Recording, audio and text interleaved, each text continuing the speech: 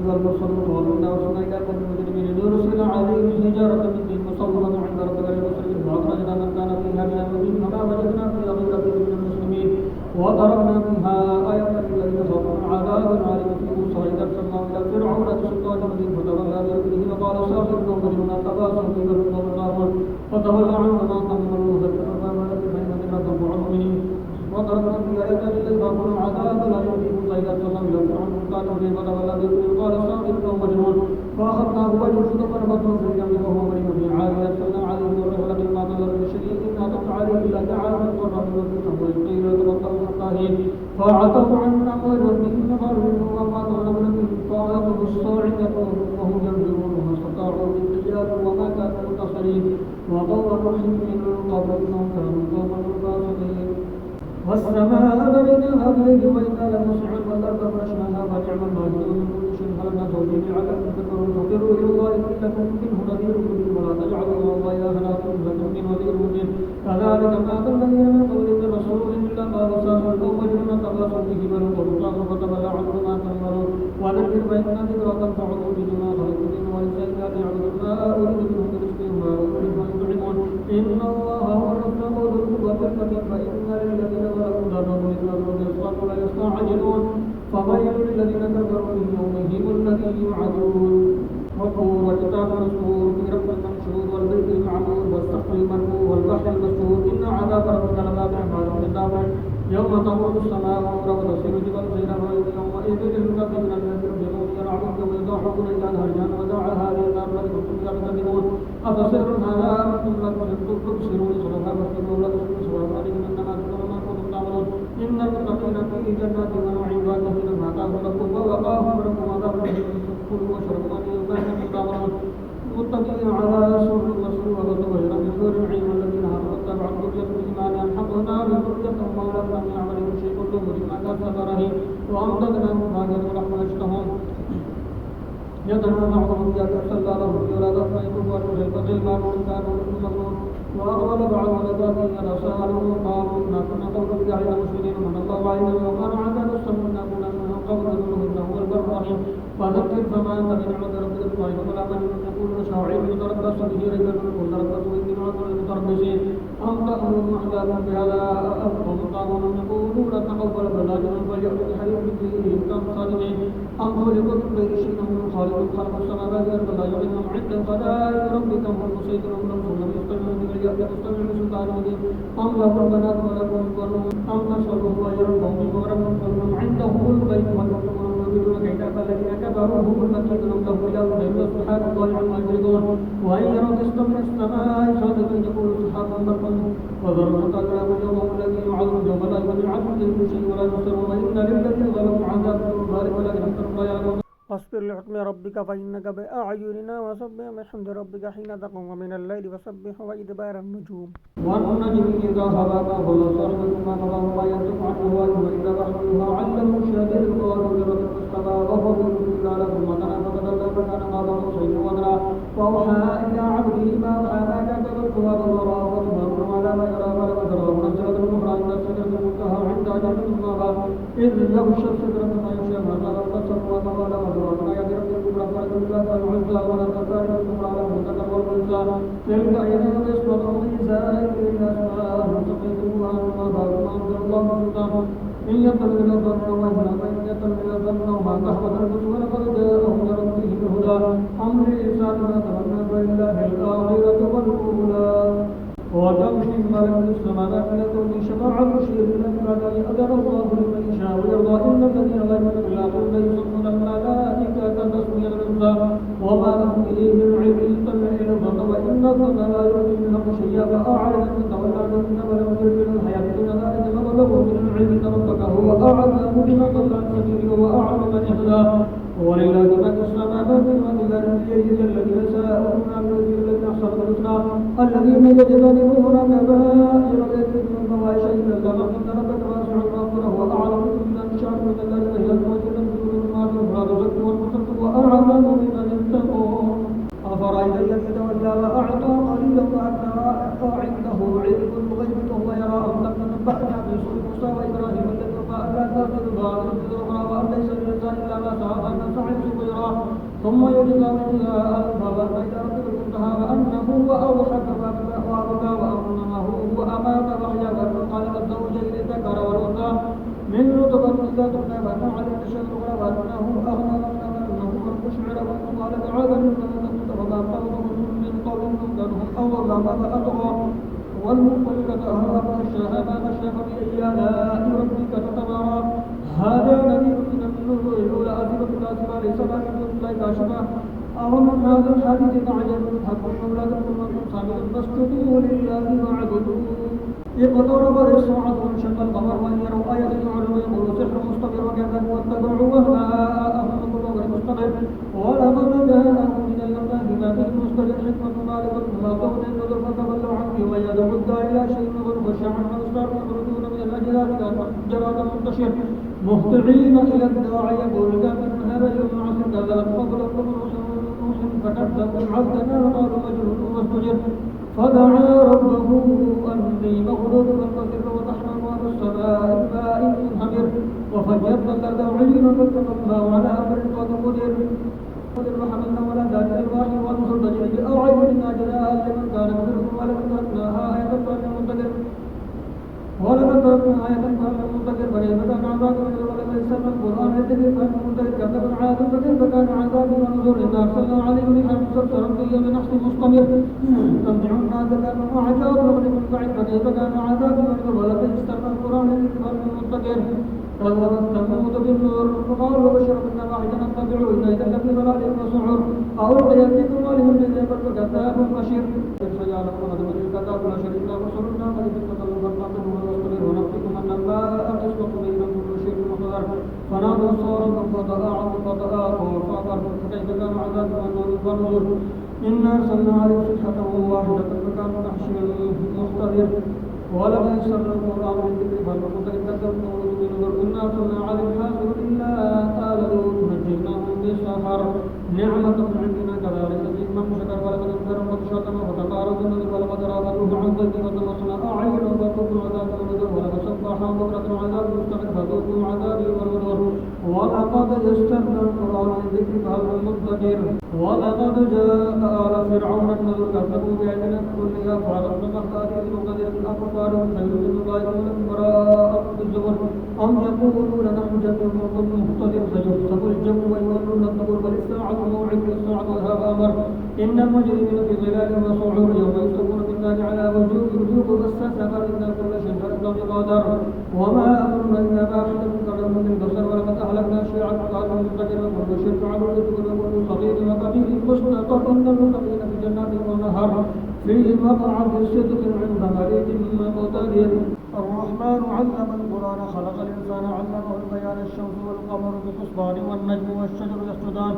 والسماء رفعها ووضع الميزان ألا تطغوا في الميزان وأقيموا الوزن بالقسط ولا تخسروا الميزان والأرض وضعها للأنام فيها فاكهة والنخل ذات الأكمام والحب ذو العصف والريحان فبأي آلاء ربكما تكذبان خلق الإنسان من صلصال كالفخار وخلق الجان من مارج من نار فبأي آلاء ربكما تكذبان رب المشرقين ورب المغربين فبأي آلاء ربكما تكذبان مرج البحرين يلتقيان بينهما برزخ لا يبغيان فبأي آلاء ربكما تكذبان يخرج منهما اللؤلؤ والمرجان فبأي آلاء ربكما تكذبان وله الجوار المنشآت في البحر كالأعلام فبأي آلاء ربكما تكذبان كل من عليها فان ويبقى وجه ربك ذو الجلال والإكرام فبأي آلاء ربكما تكذبان يسأله من في السماوات والأرض كل يوم هو في شأن فبأي آلاء ربكما تكذبان سنفرغ لكم أيها الثقلان فبأي آلاء ربكما تكذبان يا معشر الجن والإنس إن استطعتم أن تنفذوا من أقطار السماوات والأرض فانفذوا لا تنفذون إلا بسلطان فبأي آلاء ربكما تكذبان يرسل عليكم شراب من نار ونحاس فلا تنتصران فبأي آلاء ربكما تكذبان فإذا انشقت السماء فكانت وردة كالدهان فبأي آلاء ربكما تكذبان فيومئذ لا يسأل عن ربه إنس ولا جان فبأي آلاء ربكما تكذبان يعرف المجرمون بسيماهم ويؤخذ بالنواصي والأقدام فبأي آلاء ربكما تكذبان هذه جهنم التي يكذب بها المجرمون يطوفون بينها وبين حميم النار فبأي آلاء ربكما تكذبان ولمن خاف مقام ربه جنتان فبأي آلاء ربكما تكذبان ذواتا أفنان فبأي آلاء ربكما تكذبان فيهما عينان تجريان فبأي آلاء ربكما تكذبان فيهما من كل فاكهة زوجان فبأي آلاء ربكما تكذبان متكئين على فرش مطائرها بالنستبرق وجنى الجنتين دان فبأي آلاء ربكما تكذبان فيهن قاصرات الطرف لم يطمثهن إنس قبلهم ولا جان فبأي آلاء ربكما تكذبان كأنهن الياقوت والمرجان فبأي آلاء ربكما تكذبان هل جزاء الإحسان إلا الإحسان فبأي آلاء ربكما تكذبان ومن دونهما جنتان فبأي آلاء ربكما تكذبان مدهامتان فبأي آلاء ربكما تكذبان فيهما عينان نضاختان فبأي آلاء ربكما تكذبان فيهما فاكهة ونخل ورمان فبأي آلاء ربكما تكذبان فيهن خيرات حسان فبأي آلاء ربكما تكذبان حور مقصورات في الخيام فبأي آلاء ربكما تكذبان لم يطمثهن إنس قبلهم ولا جان فبأي آلاء ربكما تكذبان متكئين على رفرف خضر وعبقري حسان فبأي آلاء ربكما تكذبان تبارك اسم ربك ذي الجلال والإكرام إذا وقعت الواقعة ليس لوقعتها كاذبة خافضة رافعة رجت الأرض رجا مستوى الجبال فسا فكانت هباء منبثا وكنتم أزواج ثلاثة أصحاب الملك ما أصحاب المنى وأصحاب الشمال ما أصحاب الشمال والسابقون السابقون أولئك المقربون في جنات النعيم ثلة من الأولين وقليل من الآخرين على السرر موضونة متكئين عليها متقابلين يطوف عليهم ولدان مخلدون بأكواب وأباريق وكأس من معين لا يصدعون عنها ولا يمسكون فاكهة ويتخير من لحم طير ويشرب وحور العين كأمثال اللؤلؤ المكنون جزاء بما كانوا يعملون لا يسمعون فيها لغوا ولا تأثيما إلا قيلا سلاما سلاما وأصحاب اليمين وأصحاب اليمين فيه سدر مخضود وطرح ممدود وظل ممدود وماء مسكوب وفاكهة كثيرة لا مقطوعة ولا ممنوعة وفرش مرفوعة إنا أنشأناهن إنشاء فجعلناهن أبكارا عربا ترابا لأصحاب اليمين ثلة من الأولين وثلة من الآخرين وأصحاب الشمال ما أصحاب الشمال في صبر وحميم وظل يحملها بارد ولا كريم من كانوا قبل ذلك مترفين وكانوا يصرون على الحنثلة وكانوا يقولون إذا متنا وكنا ترابا وعظاما إنا لمبعوثون آباؤنا الأولون قل إن الأولين والآخرين لمجموعون موعودون إلى ميقات يوم معلوم ثم ينبه والضالون المكذبون لكن من شيء من فكره مالون من الغدون وشاربون عليه من الحمد وشاربون الشرب لهم عذاب أسر يوم نحن خلقناكم فلولا تصدقون فرأيتم أنتم أنتم تخلقون وهم نحن خالقون نحن قدرنا بينكم الموت وما نحن مسبوقين على أن نبدل أمثالكم ونشيء بما لا تعلمون ولقد علمتم نشهد الله فلولا تذكرون فرأيتم ما تأمرون أنتم تخلقونه نحن خالقون نحن قدرنا بينكم الموت وما نحن مسبوقين على أن نبدل أمثالكم ونشيء بما لا تعلمون علمتم نشهد الله فلولا تذكرون أفرأيتم ما تحرثون أنتم تزرعونه أم نحن زارعون لو نشاء لجعلناه حطاما فأنتم تذكرون إنا لمغرمون بل نحن محرومون أفرأيتم الماء الذي تشربون أأنتم أنزلتموه من المزن أم نحن المنزلون لو نشاء لجعلناه أجاجا فلولا تشكرون أفرأيتم الماء الذي تشربون أأنتم أنشأتم شجرتها أم نحن المنشئون نحن جعلنا ذكرة ومتاعا للمقيم وسبح باسم ربك العظيم فلا تقصر بمواقع النجوم ولا تحسبون وتعلمون عظيم إنه يقول عبد الكريم في كتاب رسول الله رسول المطهر تنزيل من رب العالمين قل بهذا الحديث أنتم مدين وتجعلون رزقكم أنكم تكذبون فلولا كنتم غير مدين ترجعون إلى كتابكم ثم إن كان منكم مقربين وروح وريحان وجنة نعيم وما إن كان من أصحاب اليمين وسلام لك من أصحاب اليمين وما إن كان من المكذبين الضالين فنزل من حميم وتصفية إن هذا لما تجد فسبح باسم ربك العظيم سبح لله ما في السماوات والأرض وهو العزيز الحكيم له ملك السماوات والأرض يحيي ويميت على كل شيء قدير هو الأول والآخر والظاهر والباطن وهو بكل شيء عليم هو الذي خلق السماوات والأرض في 6 أيام ثم استوى على العرش يعلم ما يلج في الأرض ويخرج منها وما ينزل من السماء وما يعرج فيها وهو معكم أينما كنتم والله ما تعملون بصير له ملك السماوات والأرض وإلى الله ترجع الأمور يولج الليل في النهار ويولج النهار في الليل وهو عليم بذات الصدور آمنوا بالله ورسوله وأنفقوا ما جعلكم مستخلفين فيه والذين آمنوا منكم وأنفقوا لهم أجر كبير وما لكم لا تؤمنون بالله ورسوله يدعوكم لتؤمنوا بربكم وقد أخذ ميثاقكم إن كنتم مؤمنين هو الذي ينزل على عبده آيات بينات ليخرجكم من الظلمات إلى النور وإن الله بكم لرؤوف رحيم وما لكم ألا تنفقوا في سبيل الله ولله ميراث السماوات والأرض لا يستوي منكم من أنفق من قبل الفتح وقاتل أولئك أعظم درجة من الذين كفروا بعد وقاتلوا وعد الله الحسنى والله ما تعملون خبير من ذا الذي يقرض الله قرضا حسنا فيضاعفه له وله أجر كريم يوم ترى المؤمنين والمؤمنات يسعدون بين أيديهم بأيمانهم وشراكهم وجنات من تحتها الأنهار خالدين فيها ذلك هو الفوز العظيم يوم يقول المنافقون والمنافقات للذين آمنوا انظرونا نقتبس من نوركم قيل ارجعوا وراءكم فالتمسوا نورا فضرب بينهم بسور له باب باطنه فيه رحمة وظاهره من قبله العذاب ينادونه ولم نكن معكم قالوا بلى ولكنكم فتنتم أنفسكم وتربصتم وارتبتم وأردتم الأمان حتى جاء أمر الله وغركم بالله الغرور فاليوم لا يؤخذ منكم فدية ولكن الذين كفروا مأواكم النار هي مولاكم وهي مولاكم وبئس المصير ألم يأن للذين آمنوا أن تخشع قلوبهم لذكر الله ما نزل من الحق ولا يكونوا كالذين أوتوا الكتاب حتى جعلوا هواءهم أوتوا الكتاب من قبل وطال عليهم الأمد فقست قلوبهم كثير من الفاسقون اعلموا أن الله يحيي الأرض بعد موتها قد بينا لكم الآيات لعلكم تعقلون إن المصدقين والمصدقات يقرضوا الله قرضا حسنا يضاعف لهم ولهم أجر كريم والذين آمنوا بالله ورسوله أولئك الصديقون والشهداء عند ربهم أجر ونور والذين كفروا كفروا لكن أولئك أصحاب الجحيم